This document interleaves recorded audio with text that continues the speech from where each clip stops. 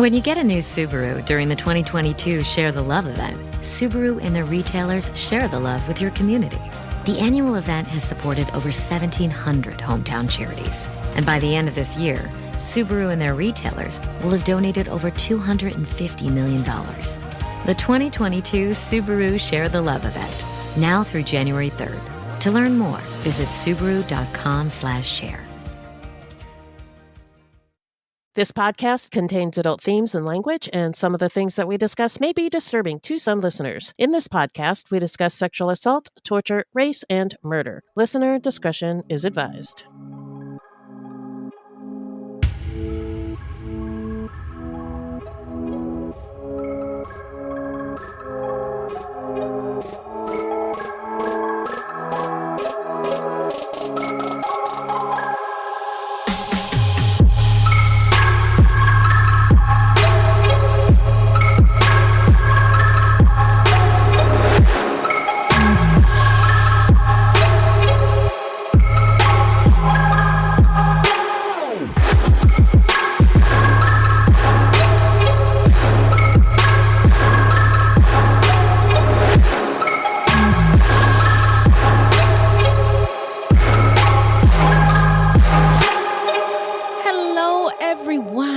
Welcome to Fruitloops, episode 177. Thank you so much for listening. Buiti and bienvenidos, bitches. Fruitloops is a podcast about true crimes committed by people of color and the victims that we don't hear or know much about. Contrary to popular belief, not all serial killers are straight, white men. What? Would you believe it, girls? There are many well-documented cases of serial killers of color, and Fruitloops is a podcast all about them. We will take deep dives into the fascinating lives and crimes of serial killers and true crimes committed by people of color and the victims that the media and entertainment commonly leave out, because if you haven't guessed, the news is racist. Allegedly. And we are Wendy and Beth. She's Wendy, a Black Latinx woman, and I'm Beth, and I just happen to be white. And we love her so much for it. She's the best white lady you'll ever meet, I'm telling you. We're not journalists, investigators, or psychologists, just a couple of gals interested in true crime. Also, the opinions expressed in this podcast are just that, our opinions. Please send any questions or comments to fruitloopspod@gmail.com or leave us a voicemail at 602-935-6294. And we may feature it on a future episode. Also, our website is fruitloopspod.com. We use Fruitloopspod for all our social media. The footnotes for each episode can be found on our website. Plus, check it out for the different ways that you can support the show and become Fruit Loops Patreon. You can also support us by supporting our sponsors. Please do. Now, before we get into it, who are we talking about today, Beth? Well, today we're talking about Stephanie St. Clair, the Queen of Numbers, a gangster, civil rights advocate, fashionista, and businesswoman. Yes, love it. Yes, not technically a serial killer, but she may have killed some folks. But anyway, this is going to be a little bit different and maybe more of a fun one. I'll say. Yeah. But before we get into the fun, how you doing? I'm all right. I mean, it's November 8th. It's election day. So I'm a little anxious. Yeah, I'd say little is a understatement. Yeah. But it is election night, and I've been distracting myself with things that make me laugh, specifically children's shows, one of which I will shout out at the end of the episode. And also working on the pod has kept me busy, so that's also good. That is good. Yeah. Yes, ma'am. Well, look at that. It's listener letter time. Well, hello, angels. Oh, there they are. Thank you. Oh, look at that. Oh, hi. What's in that bag, Beth? Well, guess what's in the bag? Guess. Just guess. Oh, I don't know. Might it start with a P and end with a Atreon? Yes, that's all that's in the bag, because we don't have any listener letters. Well, that's plenty, I will say. We do have 2 new Patreons. They are Chrissy B, a returning champion, and Renata T, hip hop air horns. Yeah, we love our returning champions. We don't cut off the shout outs if you have to take a break and come back. We get totally it. Understand. So every time you come in and say hello, we're here to support you. Buy a Patreon. we got a little tune for you. So, Renata, this is for you. I see him looking a mile away. We love Renata. Can't see your face. We gotta thank you. That's what we say. My back is aching. My back's too tight. My booty shaking from left to right. Thanks, Renata. And this one is for you, Chrissy B. I'm wanting every party. Soon as I get in this party, I'm gonna let go of this party. I'm gonna love fruities. Nobody can judge me but me. I was born free. I'll drop it like a Chrissy, drop it like a Chrissy. I said I drop it like a Chrissy, drop it like a Chrissy. You bad. I said now pop it like a Chrissy, pop it like a Chrissy. I said now pop it like a Chrissy. Yeah. So those are your tunes. And I hope you like them because I had fun doing them. One more hip hop air horn for y'all because we appreciate you so much. Yeah, thank you. And we're going to take a quick break and get into the story when we come back.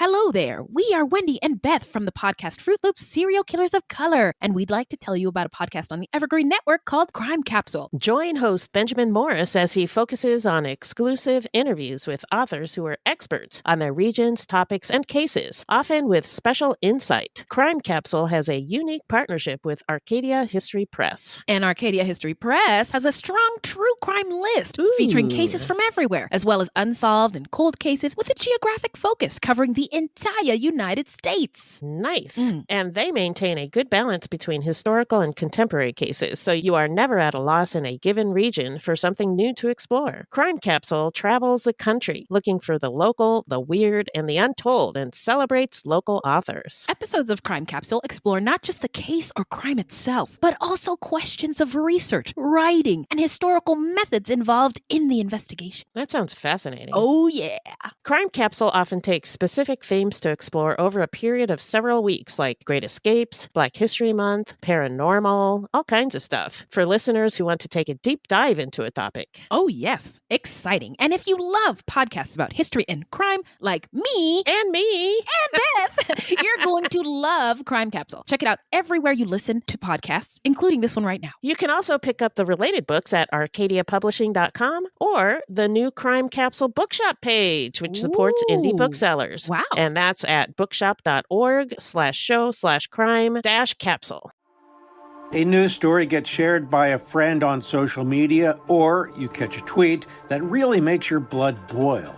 But how do you separate fact from fiction? That's the premise behind Disinformation, a 10-part series from Evergreen Podcasts and Emergent Risk International coming this fall. Tune into Disinformation wherever you get your podcasts. And remember, don't believe everything you read. All right, we're back. Remind us, Beth, who is our subject today? Our subject today is Harlem legend Stephanie St. Clair, who led a Harlem gang in the 1920s and ran a Harlem numbers business. Oh, St. Clair. So, Madame St. Clair, she had many AKAs, including Queenie, Madam Queen, Madame St. Clair, and Queen of the Numbers and Harlem's Trap Queen. And I just made that up. Now, regarding the people's lives she took, it's hard to nail down any stats since she didn't technically kill anyone herself with her bare hands. But she's got the kind of stats I love to talk about. You know, was she a smart Black woman ahead of her time? Yes. Was she a bad bitch? Yes. Did she not take any mess from anybody? Absolutely not. And was she an advocate for her community? Fuck yes. And did she order soldiers to kill people? Maybe. Did they deserve it? Who's to say? Anyway. Now it's time for the setting. Take us there, Beth. Well, the setting is Harlem, New York. And we've talked about New York a number of times before, but it's worth reminding that the land where Harlem sits was not, get this, originally inhabited by Europeans. Can you believe it? Maria, no. No. Oh my God. Before it was colonized, the area that would become Harlem was inhabited by a Native American people, the Wekwaskik. I'm sorry if I mispronounced that, but they were dubbed Manhattans or Manhatto by Dutch settlers, who, along with other Native Americans, most likely in the Lenape, occupied the area on a semi-nomadic basis. So the colonizers were like, you know what? It's just too hard to pronounce. So we're just going to call you John. Yeah. Essentially. Yeah. Yeah. So Harlem was settled by the Dutch in 1658 and named after the city of Haarlem in the Netherlands. There's and 2 A's in that. There's That's 2 why. A's, yeah. Haarlem. So during the American Revolution, the British burned Harlem to the ground. Of course they did. As a result, Harlem grew more slowly than the rest of Manhattan during the late 18th century. Starting in 1868, after the American Civil War, Harlem experienced an economic boom. The New York and Harlem Railroad, as well as the Interborough Rapid Transit and elevated railway lines, helped Harlem's economic growth as they connected Harlem to lower and midtown Manhattan. During a large influx of poor European immigrants in the late 19th century, the white middle class began to flee Harlem. By the early 20th century, Harlem was the destination for migrants from all over the country, attracting both Black people from the South seeking work and an educated class who made the area a center of culture as well as a growing Black middle class. The National Association for the Advancement of Colored People, or NAACP, was established in 1909 in New York City by Black and white activists, partially in response to the ongoing violence against Black Americans around the country. It is America's oldest and largest civil rights organization. Yeah, it's interesting the entities in the United States that were created to combat sort of white domestic terrorism, but they don't really acknowledge that. So the NAACP is very honest about that. But the Department of Justice, I learned, was created to fight the Ku Klux Klan and their violence. So anyway, there's a whole bunch of other American institutions that were sort of created to maybe we should do something about this. Yeah. So during World War I, the migration of laborers from Europe virtually ceased, just as the demand for unskilled industrial labor for the war effort rose.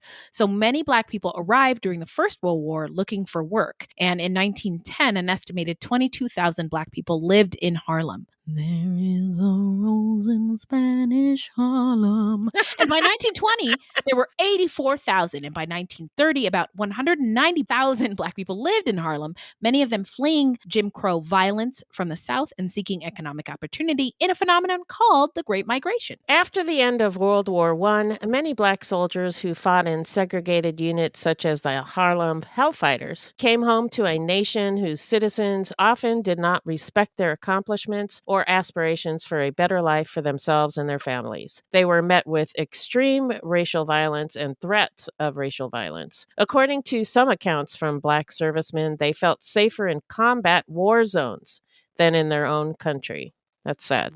Well, yeah, that's America.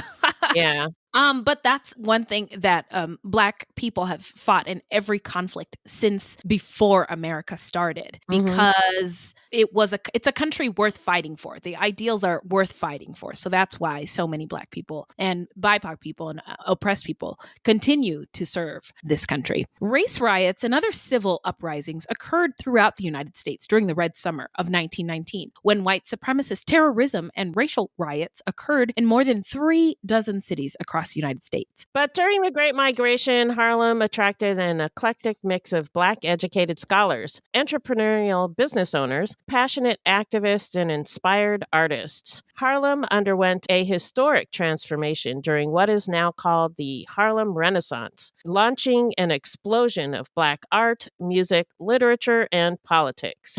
This changed the white default American image of Black people from rural and undereducated to one of urban, cosmopolitan sophistication. Yeah. And I remember, I'll never forget reading about the Harlem Renaissance in a history book. And the paragraph was basically as long as the one you just read. Oh, God. And that was it. But when That was it. we're going to get into it a little bit more, but it's such Yeah. a fascinating time Yeah. in American history. So Yeah. the Harlem Renaissance was an explosion of culture, redefining how America and the world viewed American Black people. This new identity led to a greater social consciousness, and Black people became players on the world stage, expanding intellectual and social contexts internationally. Harlem thrived as a cultural hub for Black people. Artistic Black people from all over the country flocked to Harlem, where their creativity was fostered, and leaders like W.E.B. Du Bois worked to ensure that Black Americans got the credit they deserved, enabling the community to develop a collective identity. Prior to the Renaissance, if Black actors appeared on stage, it was in a minstrel show, musical, and rarely in a serious drama with non-stereotypical roles.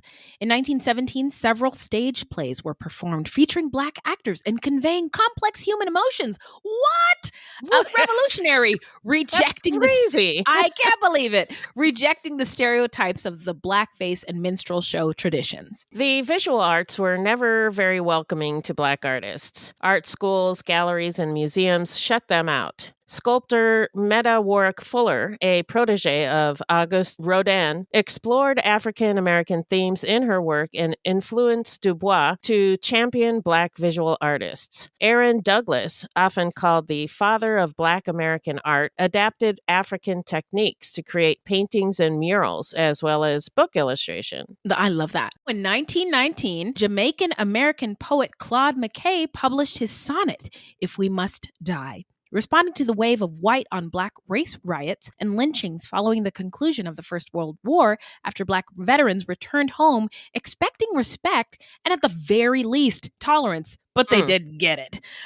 In fact, some Black servicemen were getting together and saying, don't go anywhere in your uniform because these white people are going to lose their minds. Wow. So anyway, Langston Hughes, a Black LGBTQ American poet who viewed writing as a way to, quote, express our individual dark-skinned selves without fear or shame, unquote, famously wrote about the period that, quote, the Negro was in vogue, unquote. The Harlem Stride, or just stride, was a new way of playing the piano derived from Kansas City jazz and an extension of ragtime.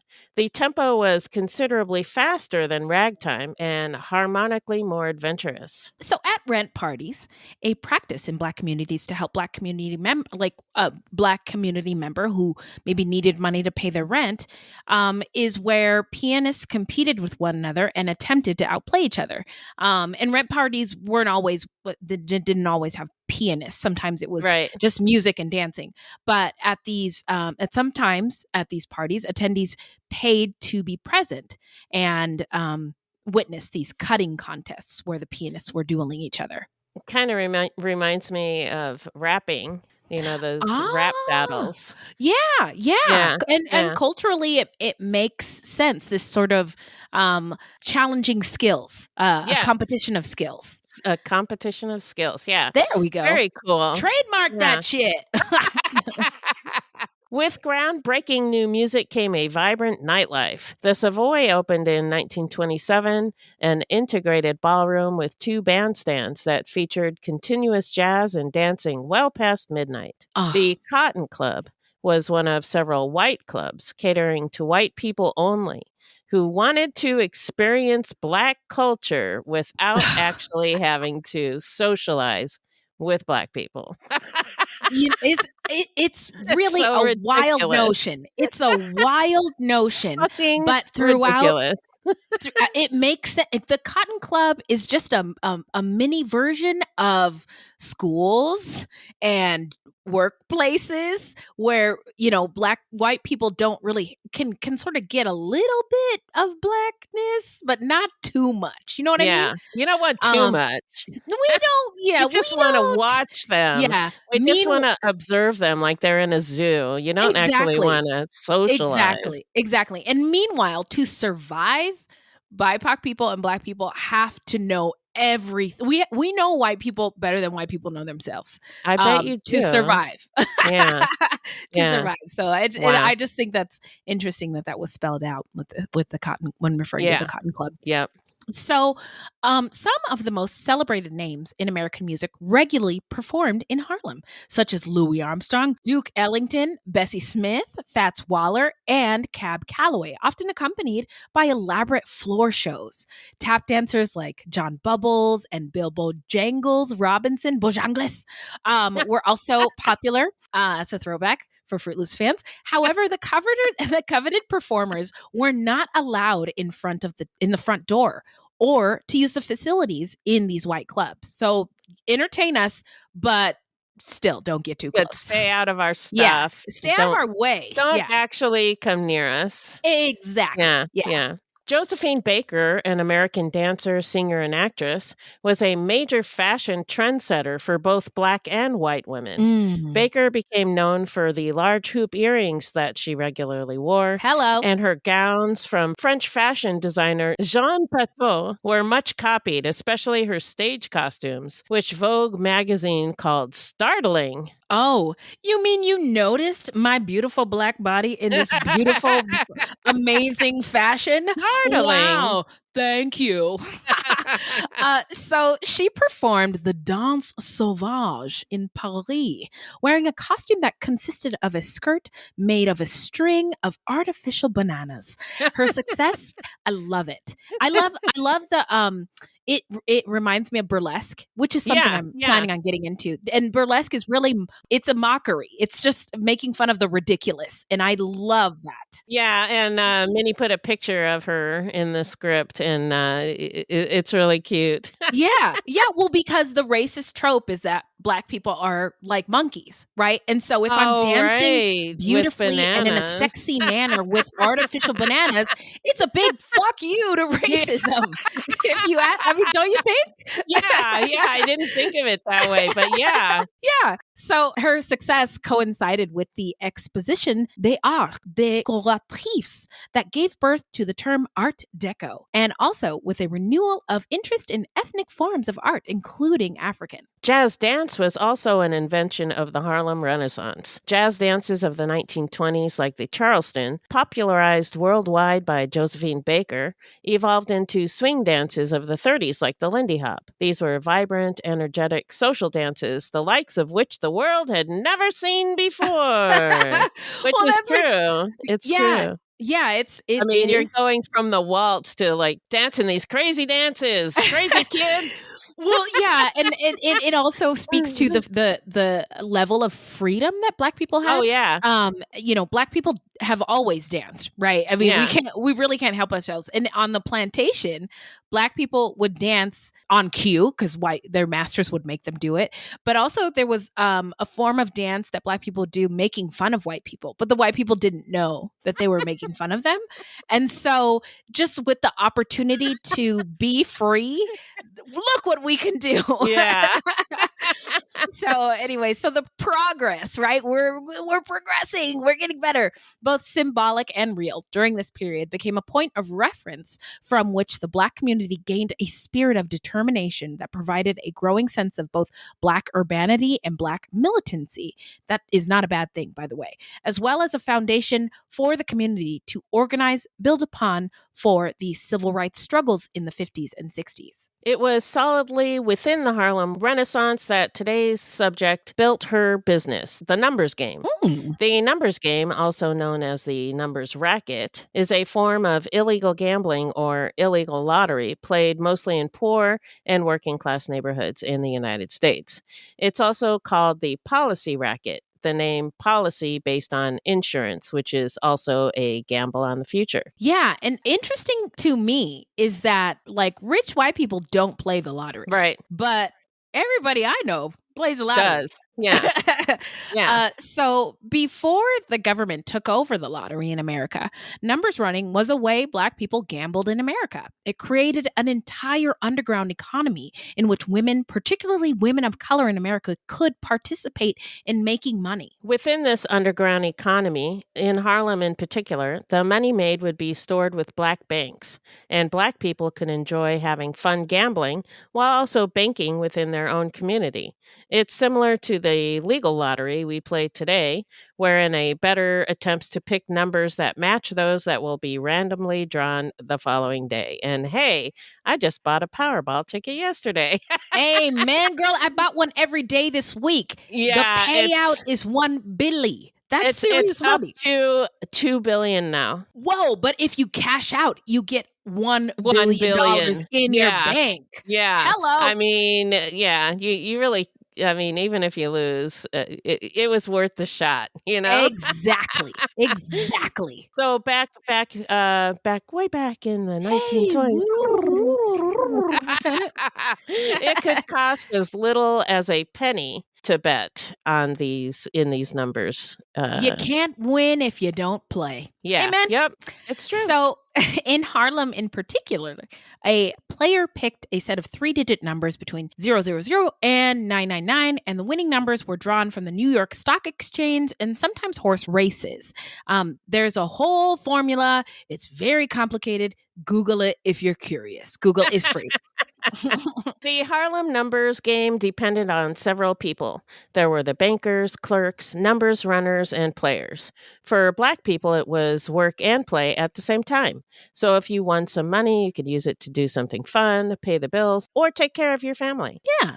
The numbers game helped finance Black enterprise and support Black community reinvestment. Not to mention, Black people had limited options for employment, which were often domestic or agricultural or service work. And the numbers game was not fun work. Not fun work. Oh my God. Yeah, no, not the most desirable not in any way, jobs. shape, or form. Yeah. Right. And then little chance to improve or get out and try something else. Right. Yeah. So the game was just another option for them. Anyway, gamblers place bets with a bookmaker or bookie at a tavern, bar, barbershop or hair salon, social club, or any other semi-private place that acts as an illegal betting parlor. Numbers runners carry the money and betting slips between the betting parlors and the headquarters, called a numbers bank. The New York white mobster and racketeer Dutch Schultz reportedly rigged the system by betting heavily on certain horse races to change the numbers that determined the winning lottery number. This allegedly added 10% to the mob take. Initially, the mob wasn't interested in what was going on in Black and brown neighborhoods, and eventually, he became a problem for the madame. Yeah. Interestingly, all of the 13 original colonies at one time or another operated legally run lotteries. Didn't know that. Really? Yeah. Over the years, though, the scandals and cheating that became associated with these lotteries caused officials to enact anti-lottery laws. Cheating is really interesting when you look at it from an American lens, because I'm watching the election results and looking at these redistrict drawings. Oh, yeah. You want to talk about cheating? Oh, boy. So it's been reported that by the mid-1920s, 30 policy banks were operating in Harlem, and each operation employed 20 to 30 runners, so upwards of 900 people. By 1931, big-time numbers operators in Harlem, aside from Stephanie St. Clair, included James Warner, Casper Holstein, Ellsworth Bumpy Johnson, Wilfred Bunder, Jose Miro, Joseph Eason, Masjo Eason, and Simeon Francis. The game survived despite periodic police crackdowns.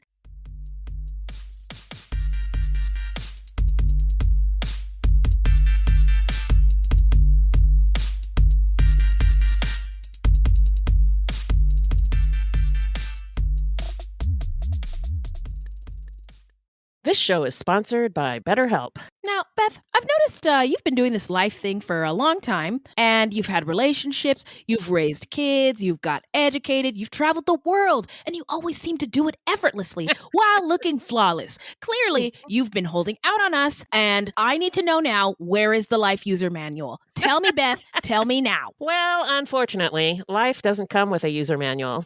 Oh, I've had to figure it all out myself. No! And feeling stuck or uncertain is pretty normal, which is why therapy is so helpful. Yes, therapists are trained to help you figure out the cause of challenging emotions and learn productive coping skills, which makes therapy the closest thing to a guided tour of the complex engine called you. BetterHelp has connected over 3 million people with licensed therapists. It's convenient, secure, and accessible anywhere, 100% online. Everyone deserves to feel their best. BetterHelp makes it easier to get started, and I know that that is true. Yeah. Amen. As the world's largest therapy service, they've matched millions of people with professionally licensed and vetted therapists. All of the benefits of in-person therapy, plus it's more convenient, more accessible, and more affordable. Just fill out a brief questionnaire to match with a therapist. If things aren't clicking, you can easily switch to a new therapist anytime. It couldn't be simpler. There's no waiting rooms, there's no traffic to deal with, and no endless searching for the right therapist. Yay! Yeah. Get unstuck with BetterHelp. Learn more and save 10% off your first month at betterhelp.com/fruit. That's BetterHelp, HELP.com/fruit. So now we're going to get into the early life of Madame St. Clair. What do you got, Beth? Stephanie St. Clair's date and location of birth are not clear. She was born around 1890 in French Guadeloupe, formerly the French West Indies. Some sources say she was born in Martinique. Others say France. Either way, she was born at a time when Black people and women were not formally educated or well off economically, and she was one of 4 children. The historical dispute over her early life and conflicting accounts are either due to lack of diligence on the part of journalists at the time, or for whatever reason, intentional misleading by St. Clair herself during later interviews. And I one source said she was doing interviews from her jail cell at one point. Oh, wow. It dressed up all fancy and stuff.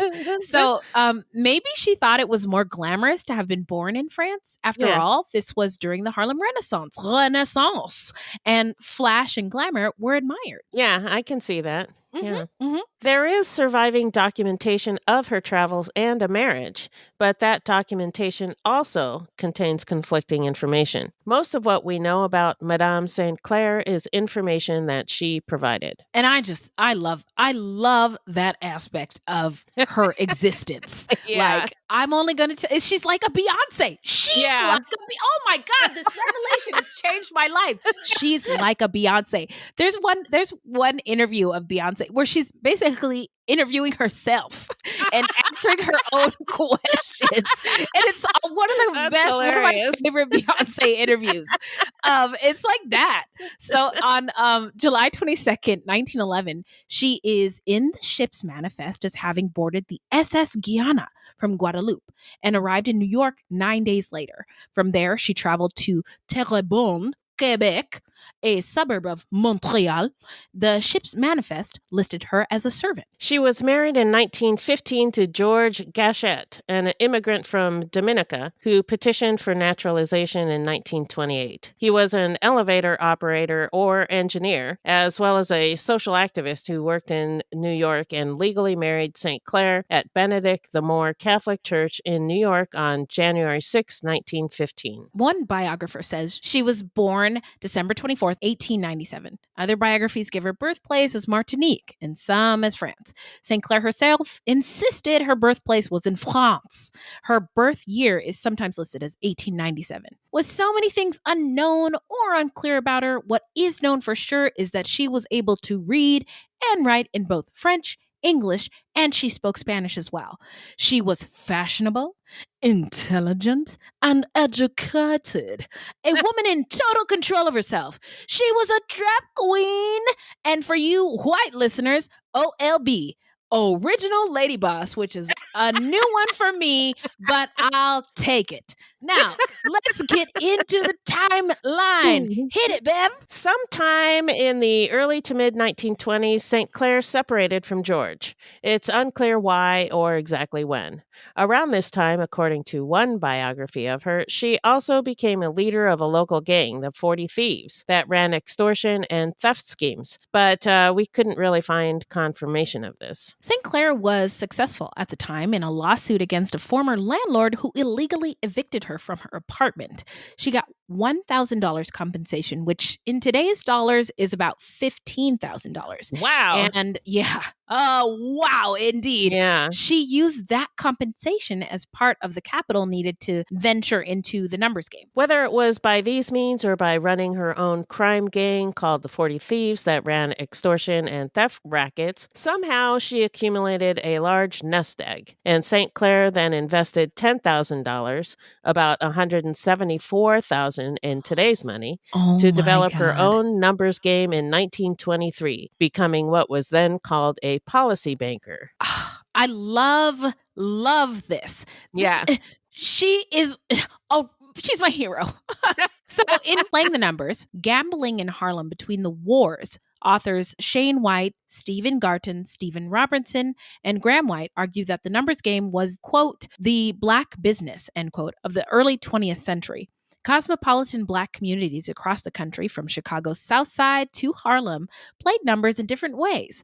The game was massively popular all across northern cities. This was at a time when Black Americans were often denied bank loans, were even denied access to banks at all, and they were skeptical of white-controlled banks. I wonder why. Gee! According to Stephen Robertson, the illegal numbers game or policy was, quote, akin to putting money in the stock market. Many saw it as an investment, and it was often just as risky as putting money in the stock market back then, unquote. Throughout Harlem, Stephanie St. Clair was referred to as Madame St. Clair, the Grande Dame. She was on the level of Madame C.J. Walker, who was America's first Black female millionaire. And she made her money off of selling hair products to Black women. And in the rest of Manhattan and other city boroughs, she was referred to as Queenie. This is Stephanie St. Clair. Yeah. St. Clair was outspoken, taking out full-page ads in local newspapers, expressing her thoughts and views. Wow. Yeah. And I also hear me. She also had a potty mouth, which I love. She spared no expense in advocating in the press for immigrant rights, explaining voting rights to her community, and speaking against police brutality. By the way, in Black pop culture, you can see sort of examples of Queenie in The Wiz, which is AKA the Black version / better version of The Wizard of Oz. And that's an example of Queenie St. Clair. And Madame St. Clair was also portrayed by Cicely Tyson in the movie Hoodlum. And finally, they must have been listening to us because there are grumblings of an HBO project that is in the works, out of the works. Anyway, somebody seems to be working on something at HBO about this woman. So, yeah. Madame St. Clair was the high priestess of petty. Hello. One of the ads that she took out in the paper was addressed to potential suitors and directed them to, quote, please not annoy me. I, Madame St. Clair, am not looking for a husband or a sweetheart. If you do not stop annoying me, I shall publish your names and letters in the newspaper. Unquote. I love it. I love a good drag and a fuck you in the news. Oh my God. How did she do that? Madame St. Clair, will you adopt me? So Madame St. Clair clearly, or Clairly, LOL, had no time for anyone's nonsense. Not today, Satan.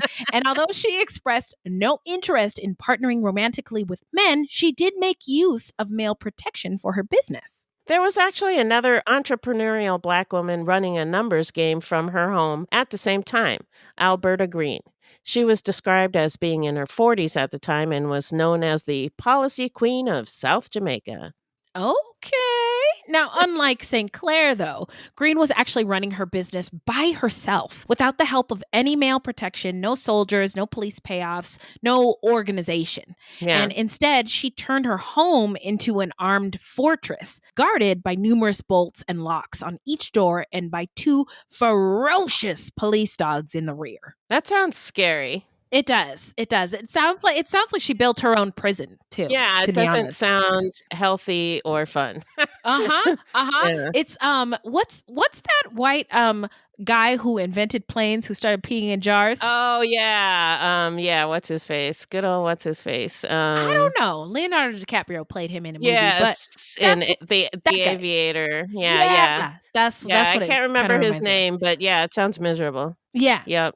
Ultimately, that led her business to fail as she was turned in by informants and her home in Jamaica, Queens was raided by police. She was arrested in 1935 during a crackdown on vice led by religious and community leaders. These kinds of businesses were sometimes the only ventures that women, and especially Black women, could go into at the time. Any type of formal business or career track was generally male-dominated. Acceptable career paths for men like factory work, office work, management, business ownership, political positions, etc., were deemed unacceptable for women at the time. Some might argue to this day as well. Well, all voting in favor of the truth.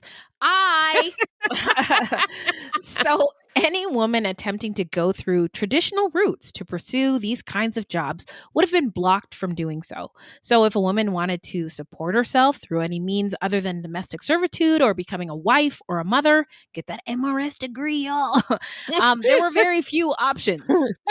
Some of these options at the time were sex work, spiritualism, which were tarot readings, palm readings, contacting the dead, stuff like that. Call me for your free reading, Miss Cleo. Miss Cleo, yes. Your free reading now. Yeah, man. Did you know her accent? She's fake. Her accent is fake. Aside the back from... I believe it, yeah. Yeah, she wasn't a real psychic, and she wasn't a real Caribbean woman. Okay, I said it. She's trying to, She's hustling. She's trying to earn that money. I can't be mad at that. Yeah. Or running numbers games, all of which were referred to as informal work.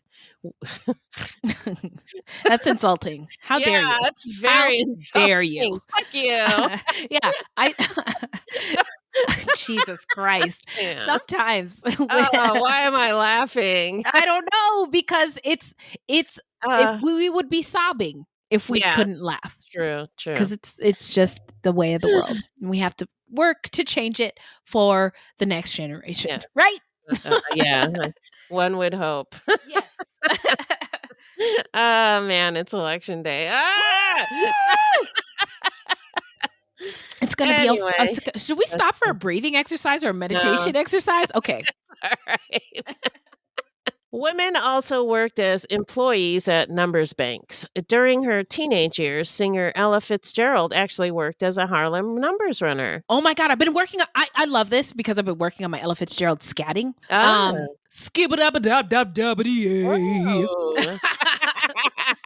Anyway, I love that. Anyway, turns out even the informal work was male dominated. Shocking. St. Clair got through it by payoffs and by partnering with male bosses, quote unquote. They like to be called that, for protection. Mm-hmm. Interestingly, male domination of the numbers game extended to players as well. While perfectly acceptable for male of any race to gamble, whether legally or illegally, Black women who indulged in this were often considered addicts. Oh my God. Who were sacrificing their family's financial and spiritual well-being in favor of this menace to women's virtue and womanhood. Oh Lord. Oh no. Child, Father God, please cast out these money laundering, gambling demons out of these women, Lord. Yes, Lord, amen. Publications of the time indicated that Black women gamblers had no mental compass and preferred gambling over, quote, saving money for rent and food, unquote. They don't say that about the men, though, do they? No, they do not. Nope. No, they don't. Nope. Both female gamblers and females who ran gambling business were looked down upon unless they had the proper male support to do so. Of course. Right. Because it is true that women are often seen as merely vessels to procreate. Yeah. Yeah, we're not important. Yeah, so anything else, unacceptable. Right. Despite the patriarchy, Black women involved in this informal work, as they say, were able to pay medical bills, school tuition, and get their hair done and gain some kind of independence. All good things. Yeah. St. Clair developed the first numbers bank located in Harlem. Here, she and her partners, which included Ellsworth Bumpy Johnson, made the first significant criminal fortunes in Black New York. If you're thinking the name Bumpy Johnson, that sounds familiar. It might be because Bumpy Johnson has been the subject of character on a number of Hollywood films, including The Cotton Club, Hoodlum, which we just mentioned, and most recently, American Gangster, where Madame St. Clair's, where's her movie? But in American Gangster, he played the guy who Denzel Washington at the beginning of the movie was working for and eventually took over. But anyway, Madame St. Clair needs a movie. I need to see it now. HBO said, HBO's got the project. They just haven't put it out. So what are you waiting for? They reported in 2020 that they had one in the works and then crickets. Yeah, what's the deal, y'all? Don't know. In 1930, St. Clair was said to have amassed $500,000, or about $8 million today. Okay. Well, this is not an informal anything. This is serious capital. Is serious business, yeah. Yeah. Her annual income was $200,000, and she lived in an apartment building that housed prominent members of the community, including NAACP activist Walter White, playwright Catherine Butler Jones, writer and activist W.E.B. Du Bois, and future Supreme Court Justice Thurgood Marshall. I would have loved to be a fly on the wall on an elevator ride down with all those people. With all of, oh my God, can you imagine? Oh my God. Think of Only Murders in the Building. They're always running in. Yes, but this is real life, like historical, like heroes, juggernauts, right? So initially, St. Clair had little competition except for Casper Holstein, a Black man who had developed his own lottery called Bolito, and by 1920 he became known in the New York underworld as the Bolito King. By the end of the 1920s, Holstein controlled a massive numbers running operation, as well as nightclubs and several other legitimate business enterprises. His income was rumored to be as high as $12,000 a day at his peak. Wow. Yeah. After Prohibition ended in 1932, and during the Great Depression, white New York mobsters saw their profits rapidly diminish. Prior to this, they considered the numbers racket to be small potatoes. But when they saw the profits being made by non-white folks, they decided they wanted and needed a cut. Dixie Davis, a white attorney who often represented Black people in the numbers game, decided he wanted to take control of it, and he brought in Dutch Schultz. A Bronx native, Schultz was a notorious bootlegger with more than 100 underlings who enforced his rackets. New York State's special prosecutor, Thomas, isn't that what Preet's title was? Not special prosecutor, no. Okay. Sorry. I forget what it is. Something prosecutor, but not special. Oh, it's not tattooed on your belly? Not yet, but that's a good idea. Okay, next. Maybe right next across year. my belly. So I can hear the wheels turning in your brain. Now, New York State, you have the FBI base pillow, and then you have Preet name tattooed across your chest. Belly. Yeah. So, New York, Beth loves justice, guys, and true crime. So, New York State Special Prosecutor Thomas E. Dewey viewed Schultz as public enemy number one, later writing in his autobiography that he, quote, regarded it as a matter of primary importance to get Dutch Schultz, unquote. The Schultz gang then began a takeover of the Harlem numbers racket. Black numbers runners were not career criminals, and violence had not been a part of their trade. Additionally, Dixie Davis represented many of Harlem's black policy operators and had a strong influence over them. Dutch Schultz brought in the guns and the muscle and the political influence, which black people did not have. Davis advised his clients that Schultz and his gang were too powerful to fight with. One by one, including Casper Holstein, they folded. But Stephanie St. Clair was a different story. She balked at Schultz's overtures, went straight to the Harlem newspapers, and took out an ad to reveal how Schultz was trying to steal her business. I love how she Boom! just goes straight to the newspaper. You know what? Well, and she could have gone down too, and I think did at one point, right, for this, but fuck it. Balls to the wall, bitches. Cocks out, wangs out, suns out, guns out, buns out, all of it. Everything out. Everything out. The Schultz gang then engaged in a bloody war with St. Clair and her allies for control of her numbers business. St. Clair didn't mince words in her declaration of war on Schultz. Quote, "I'm not afraid of Dutch Schultz or any other living man. He'll never touch me. I will kill Schultz if he sets foot in Harlem. He is a rat. Ooh. The policy game is my game." Unquote. Whoa. You tell him, girl. You tell him. Okay. Shots fired. Now, St. Clair moved swiftly against Schultz, organizing the remaining black policy owners in her fight against the Dutchman. She and her allies violently confronted white store owners who were collecting bets on Schultz's behalf, smashing cases, destroying policy bets, and ordering their adversaries out of Harlem. Get out of here. Get the fuck out of here. GTFOH, I think, is the acronym. St. Clair also took out ads encouraging the people of Harlem to play black and only place numbers bets with black organizers, and I think also put their money in black banks. Right. Schultz quickly retaliated. He started calling St. Clair's home to threaten her. He kidnapped and murdered her men. He even placed a contract on her life, forcing St. Clair at one point to hide in a cellar covered in coal. Oh my goodness. Wow. Another time, Schultz sent an underling to intimidate St. Clair, but she gained the upper hand, pushed the man into a closet, locking him in and proceeding to tell her bodyguards to, quote, take care of him, unquote. Oh, I love it.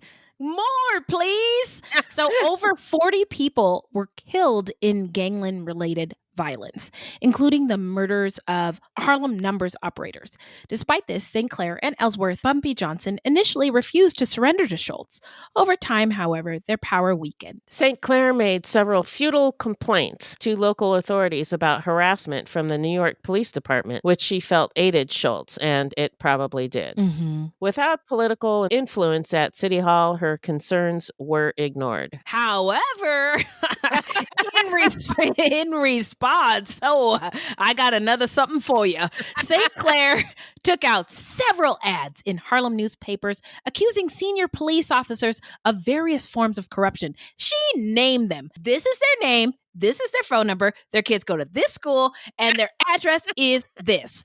And outraged by this, the police arrested her on several exaggerated, trumped-up ass charges. In response, she testified to New York State's Seabury Crime Commission about the large number of kickbacks she had paid these police motherfucker dirty hoes officials to protect her operations. Her charges led to the dismissal of several police officers. Good. Winning!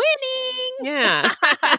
But as St. Clair realized she could no longer oppose Schultz, she agreed to a truce, which transferred the power and profits from her organization to Schultz and the Italian mafia headed by Lucky Luciano. But no weapon formed against me shall prosper, because in 1935, Dutch Schultz was assassinated on the orders of Luciano.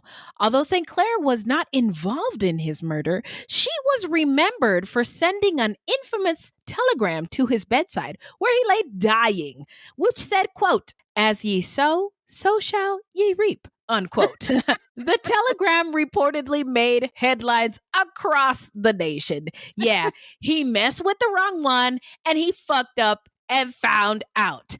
Now, St. Clair's former Lieutenant Ellsworth Bumpy Johnson then became the mafia's representative in Harlem while she moved on to other things. St. Clair's notoriety continued to grow even after her war with Schultz came to an end. In 1936, her non-legal marriage by contract to Bishop Amiru al-Mu'minin Sufi Abdul Hamid, an eccentric, controversial anti-Semitic race activist popularly dubbed Black Hitler, dominated headlines of black newspapers across the country.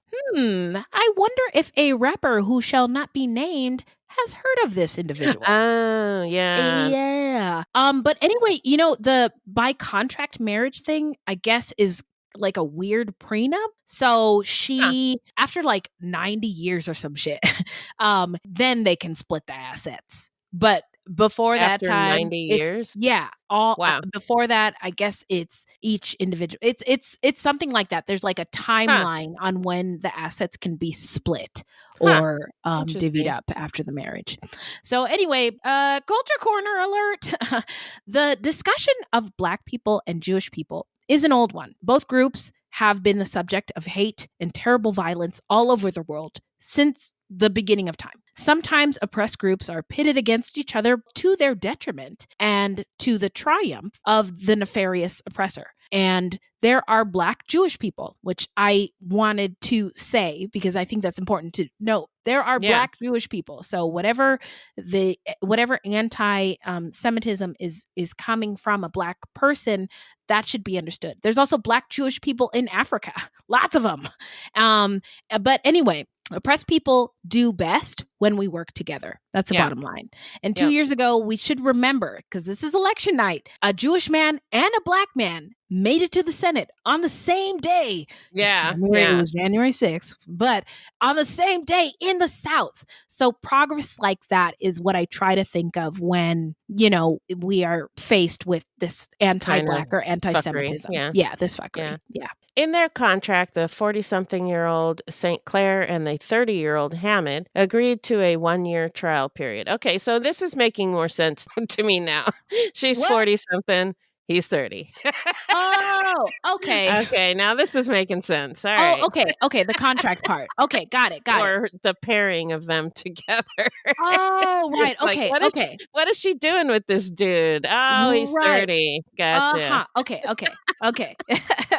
If the pair decided not to continue their relationship at that point, they could terminate the contract. If, on the other hand, they remained certain of their feelings for each other, they would hold a legal ceremony. I like this. I know it's not a common thing in the States. It's not traditional. It's definitely not. I don't see anything wrong with it. Yeah, if I'm expected to marry somebody, let me just test it out, please. Let's test it out. Yeah, why not? So Hamid claimed to have been born in the shadows of the Egyptian pyramids and a descendant of Egyptian pharaohs. In fact, he was likely born Eugene Brown in Lowell, Massachusetts. There are no pyramids in Massachusetts. No. Eugene is not very exotic. Nope. Eugene. Eugene. So a labor activist, he advocated for Black separatism while, quote, wearing a turban wrapped around his head, a black and crimson lined cape, a green velvet blouse, and black riding boots, unquote. Now, Uncle Eugene is what he's giving Uncle Eugene vibes. This is Uncle Eugene who's he got a big tax income check after April and went to the Rainbow and got some new duds. And this is the product right here. You know the Rainbow, right? No, what's the Rainbow? The Rainbow, there's every hood has a rainbow, and it is a clothing store where you can get perfume, hoop earrings, school uniforms, everything and the latest fast fashion. Gotcha. But they don't sell snacks or have bathrooms. Anyway. Oh, okay. According to historian Murray Friedman, who wrote a book called What Went Wrong? The Creation and Collapse of the Black-Jewish Alliance, Hamid, quote, courted the German-American Bund and the Nazi-like Christian Front, unquote, which is really weird. That's dangerous. Yeah. He organized violent boycotts of Jewish-owned establishments and advocated for businesses to instead hire Black employees. Wow. And I will just say that this, as I said, everything works better when we all work together. Yeah. And the zero-sum game is what has us where we are now. This idea that if they gain, I get nothing. Yeah. Then you lose. Yeah. Right. And that doesn't work for anybody. No. So the couple's union soon imploded. Surprise! On January 19th, 1938, St. Clair fired 3 bullets at Hamid after learning of his affair with, quote, a conjure woman from Jamaica, unquote. According to Hamid, the closest she came to hitting him was nicking his teeth. No big deal. Convicted for his attempted murder, St. Clair was sentenced to 2 to 10 years at New York State Prison. During sentencing, presiding judge James G. Wallace said, quote, this woman has been living by her wits all her life, unquote. As St. Clair was led out of the courtroom, she reportedly, quote, kissed her hand to freedom, unquote, which I'm not familiar with that expression. I was going to ask you what it meant. Okay, yeah, I'm not really sure. I'm imagining her kissing her hand and then throwing it up in the air. Waving it like like she's on a float at the Macy's Day Parade. Goodbye. But yes, that's what I'm imagining anyway. Me too. But somebody tell us, what does it really mean? Let us know. If you've ever heard any person say that before, I am curious. Yeah.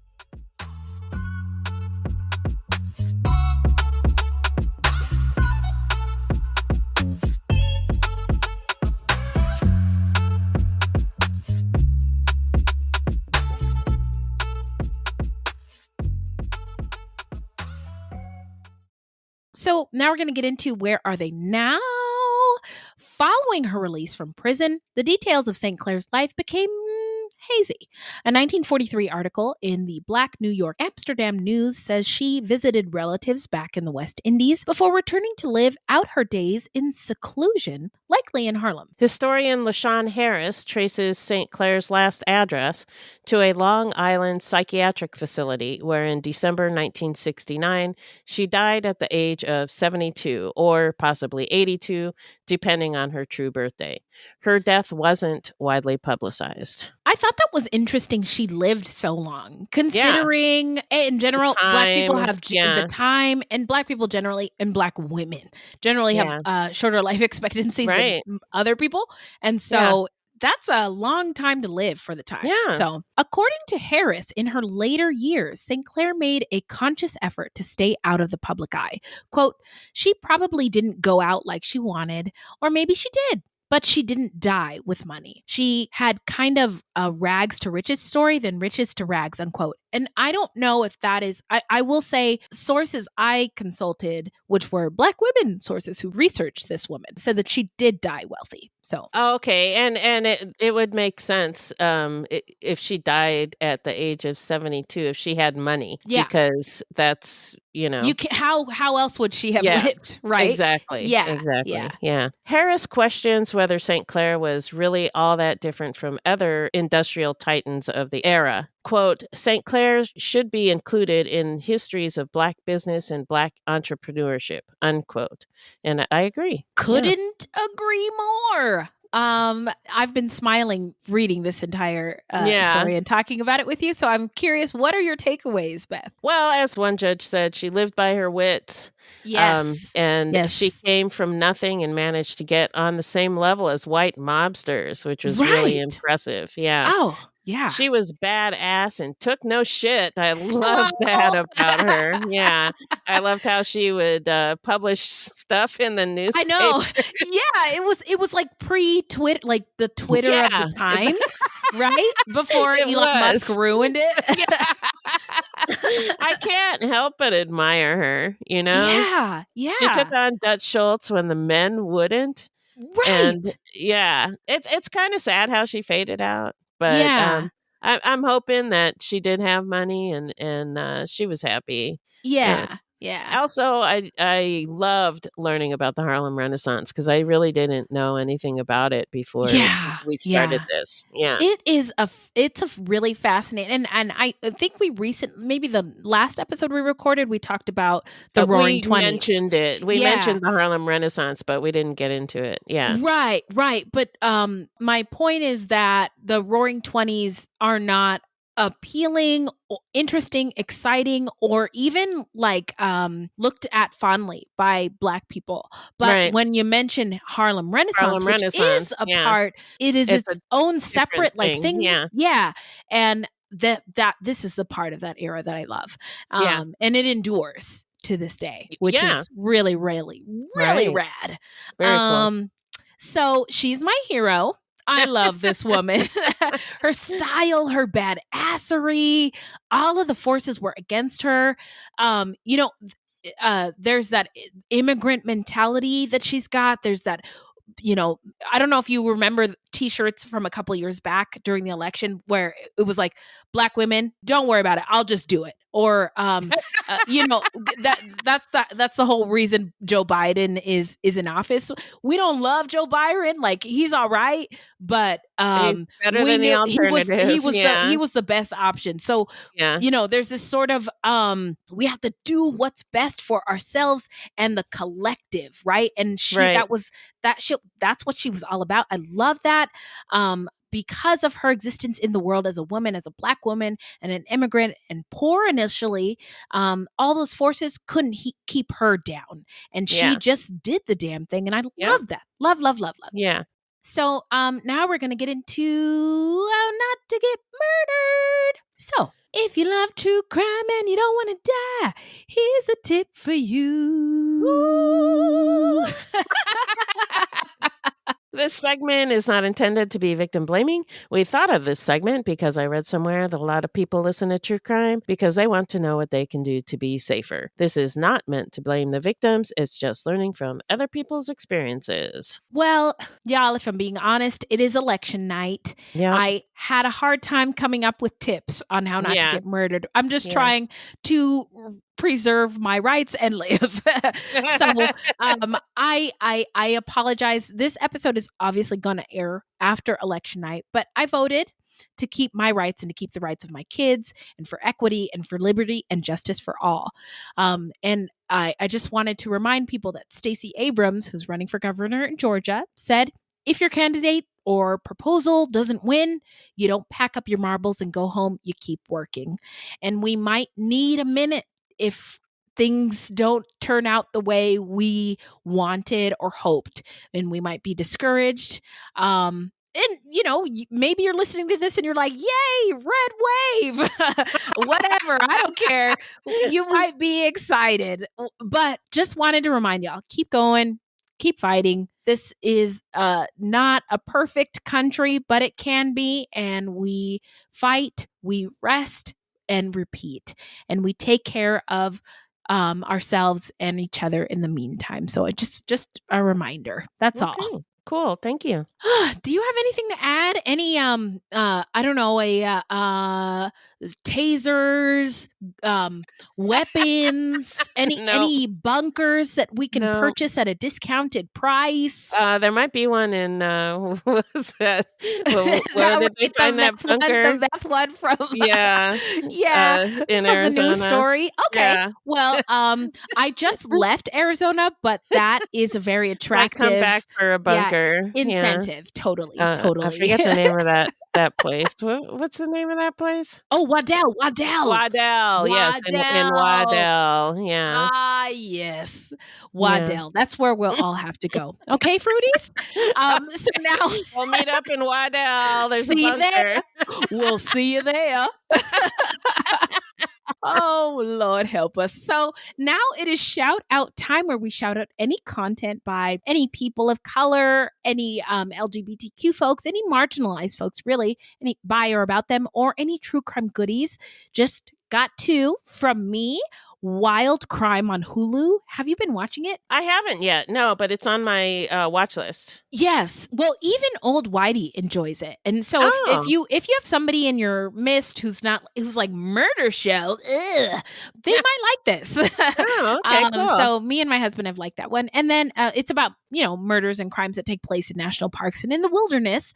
And then also the children's show that's been distracting me this evening is Wendell and Wild. And it reunites Key and Peele. Oh, wow. Remember? Yeah, and it's an animated stop motion horror comedy film about demons and the prison industrial complex. Oh my God. And it's for kids though.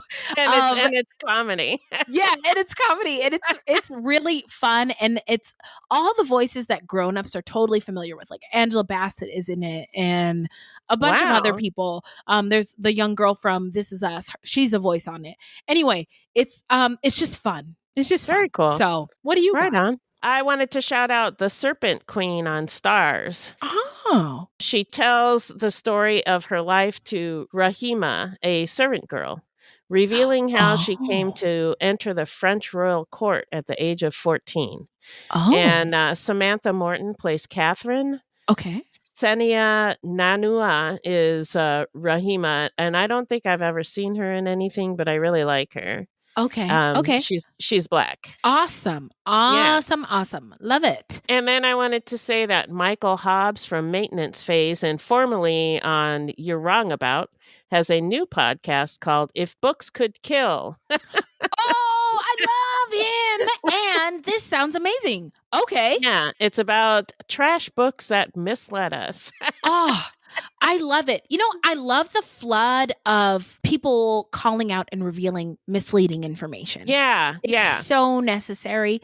And so this sounds fantastic. Yeah. So is it out? Yeah, there's only one episode out right now. But by the time this airs, there should be at least 2, if not 3. Okay, fantastic. So just to recap, that is Wild Crime on Hulu, Wendell and Wild on Netflix, The Serpent Queen on Stars, and Michael Hobbs's podcast called If Books Could Kill, wherever you get your podcast. Oh man, I'm sad again. That's it. It's time. Gimme, go. No, I was just gonna pretend I'm guzzling Zoloft so I won't be sad. Go. But you can't do that. That's dangerous. No. So don't do that. And I'm Don't not a do that. doctor, so don't listen to a word I say. Also, don't fact check me on anything. Anyway, it's the end of our show, Beth. It sure is. Can you remind the people where they can find us until the next time that we meet? Sure. Our website is fruitloopspod.com, and we use Fruit Loops Pod for all of our social media. Join our discussion group on Facebook at Fruit Loops Pod Discussion. If you want to support the show, you can send us a donation on the Cash App. Just Google Fruit Loops Pod Cash App, or you can become a monthly patron through Patreon. And as always, we have merch for sale on our website. That's right. Now, this is a weekly podcast, and new episodes drop every Thursday. So until next time, look alive, y'all. It's crazy out there.